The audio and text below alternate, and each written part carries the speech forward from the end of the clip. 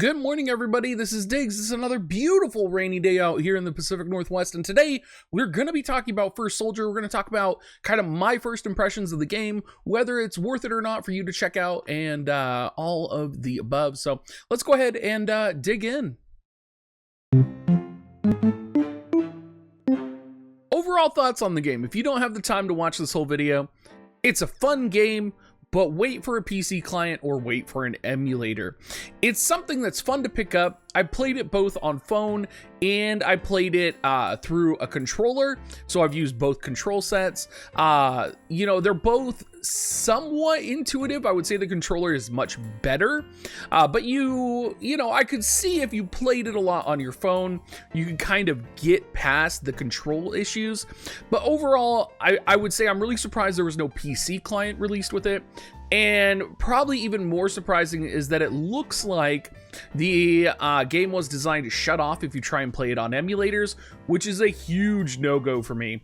I really enjoy this game. It was fun, but there are very few people who have the hardware and the equipment to set a game up to screen from their phone to their computer to a controller. And overall, I think most people, their first impression of this game, if they're not able to do that, if they're not able to play on a PC client, or if they're not able to play on an emulator, is probably going to be pretty bad. Basically, my big thing here is wait for the PC client or wait for emulators to be able to emulate this game. Now, let's talk about the game, because I think there's a lot to talk about specifically with it as well. It is a battle royale game. It is only for mobile phones currently. You can queue up in solo or 3-man. And what's kind of unique about it is you can get, you get to select a job system essentially. So you have warrior, monk, ninja, black mage, ranger, and they all kind of do different things, right? Warrior has almost like a seeking physical attack. Monk also kind of has a seeking physical attack, but their attacks are much stronger. Ninja has a stealth mode. Black mage can, you can acquire materia and use magic. Black mage's materia use is significantly more powerful and is arguably, I would think, one of the most powerful classes in the game right now. And ranger is exactly what you would think. You get a gun, you run around, and you shoot people.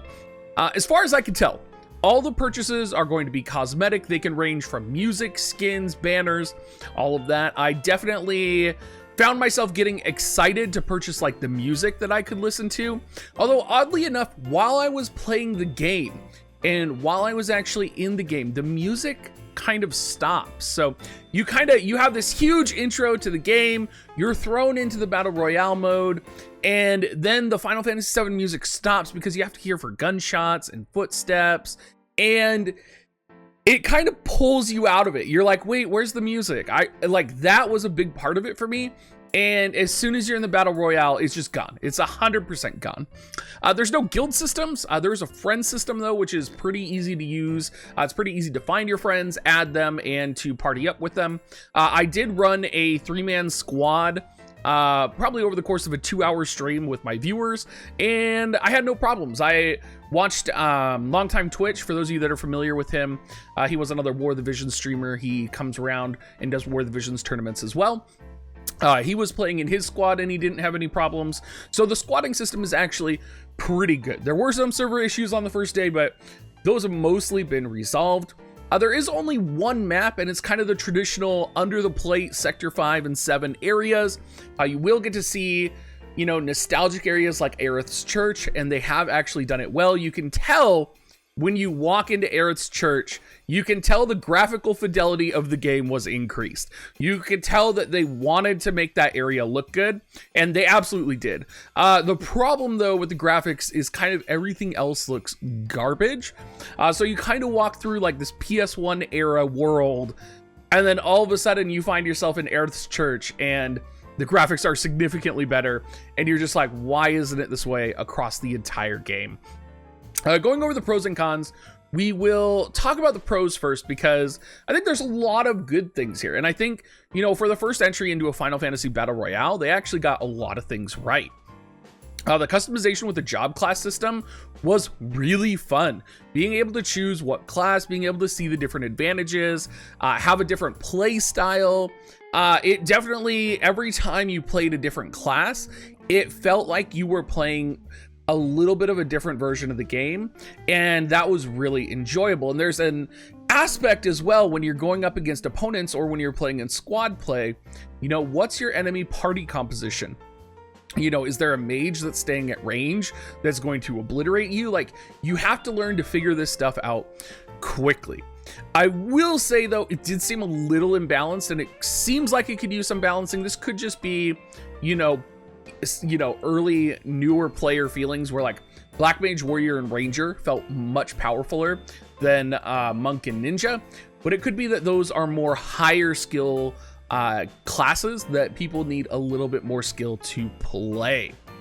Character customization was really nice. Unfortunately, while the graphics of the game do kind of drop you into PS1 era graphics, the character sprites themselves, and the monster sprites actually, are like PS3 era graphics. So you're running through this like oddly PS1 era world with your PS3 graphical character.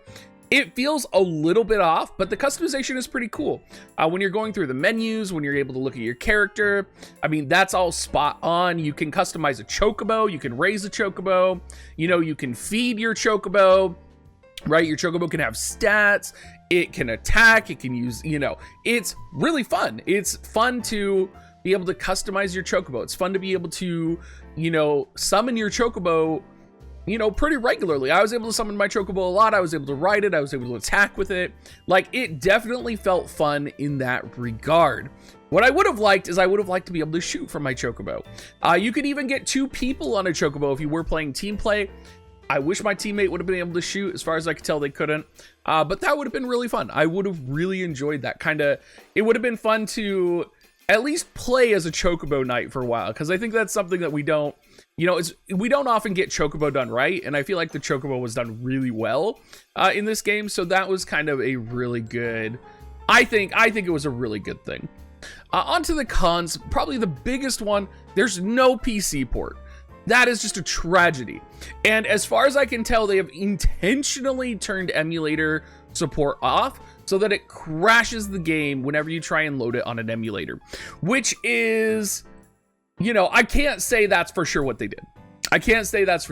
But I've tried loading it on 3 different emulators. I tried side loading the APK through Windows 11, and all of it just didn't work. It all gave me the same error, which was a black screen of death.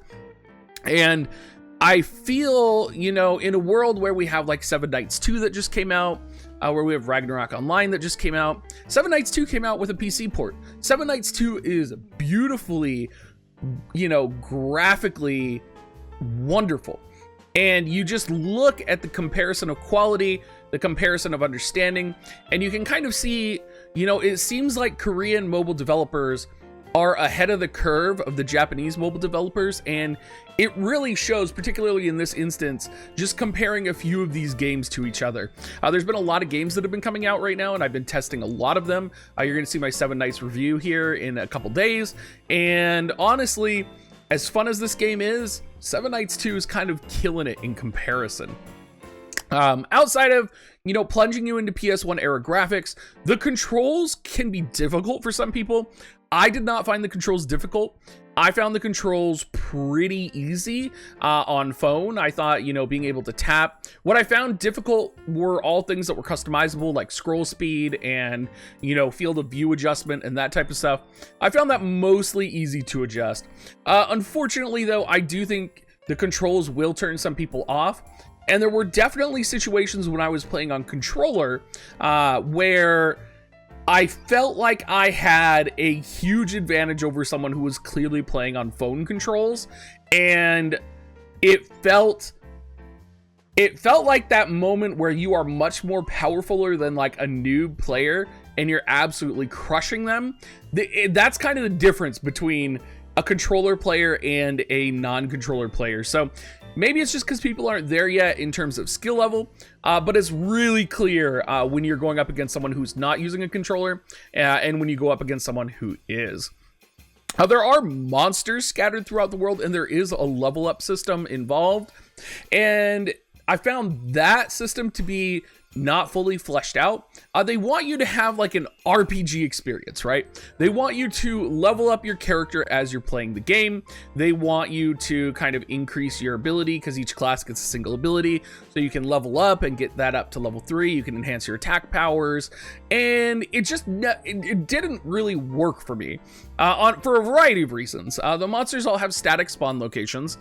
So there's not like random spawns around the map. They're just kind of where they are. The monster difficulty was okay. You can only really get gil from monsters, so if you want to buy upgrades or weapons, you have to kill monsters, or if you want to resurrect your friends. However, when you're killing monsters, other people are going to see you killing the monsters because there's like warnings from gunshots and stuff that you can see across the map. And so it's just a situation where like, I want to go kill the monsters to level up, but if I go kill the monsters to level up, people are going to see me and they're going to come kill me. So it's a weird system that I feel like wasn't thought out fully. And I wish there was more. I wish there was a better way they could have done it so that you still had the monsters in the game, but they were kind of maybe random, or maybe they spawned out of treasure chests, you know, something random like that, you know, maybe they're not a huge deal, or maybe they're in like caves would be really good, right? Something where they're just not like out in the open, just chilling there, waiting to hang out. In terms of guns, guns are probably, you know, if you go onto forums anywhere, you'll see that people are bitching about, you know, oh, you'll get, you know, 3-shot by rangers or something. That's a problem. I would say probably the bigger problem with the fact that guns and magic are pretty powerful if magic is used on a mage. I think the bigger problem is the guns don't feel good. I think the guns, you know, I can't tell you after playing the game for maybe about 5 hours, a single gun that was my favorite.